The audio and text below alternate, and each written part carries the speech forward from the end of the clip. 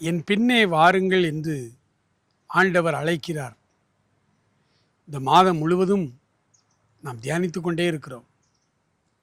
அவர் பின்னால் வருகிறவர்கள் தன்னை முழுவதுமாய் வெறுக்க வேண்டும் என்றும், அவருக்காக நம்முடைய ஜீவனையும் கொடுக்க நாம் கடனாளிகளாக இருக்கிறோம் என்றும் தியானித்தோம். அவர் பின்னால் நான் வரும்பொழுது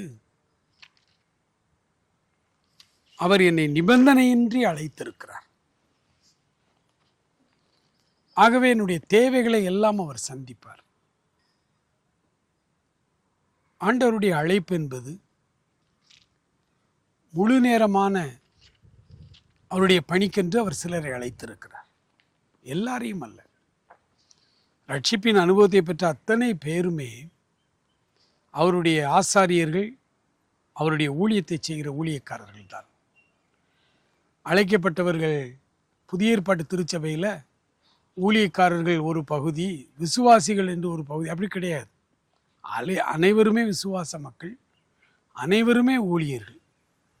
ஆனால் இந்த ஊழியத்தில் சிலருக்கு அப்பாயின்மெண்ட்டு கொடுத்து அவர்கள் இன்ன வேலையை செய்யணும்னு சொல்லி ஸ்பெஷலைஸ் பண்ணி அவர்கள் வைத்திருக்கிறார்.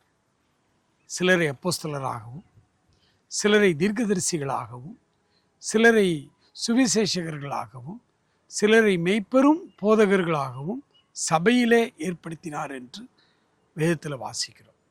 இவர்கள் எல்லாம் முழு நேர ஊழியர்கள். ஆனால் அந்த திருச்சபைக்கு வருகிற அத்தனை பேருமே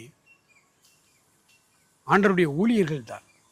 ஆனால் அவர்கள் பகுதி நேரமாய் வேலை செய்வார்கள். அதாவது தங்களுடைய உலக பிரகாரமாய் கடவுள் அவர்கள் கொடுத்திருக்கிற வேலையை செய்வார்கள். எஞ்சிய நேரங்களிலே நேரடியாக சுவிசேஷத்தை அறிவிப்பார்கள்.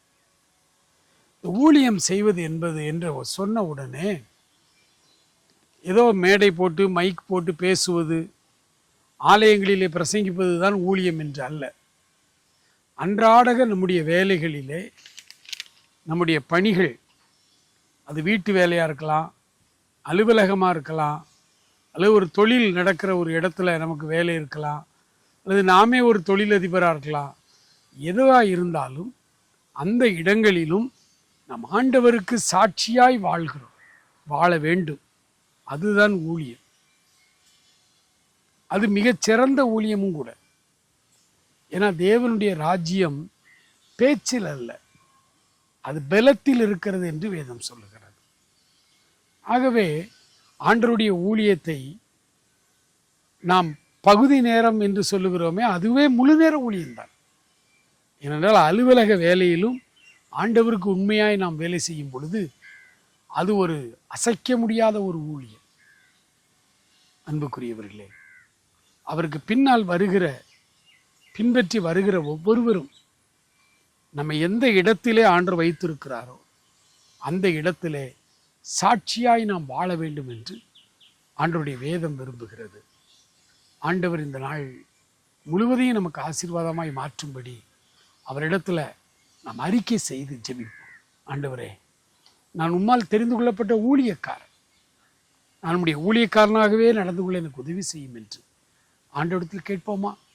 God bless you.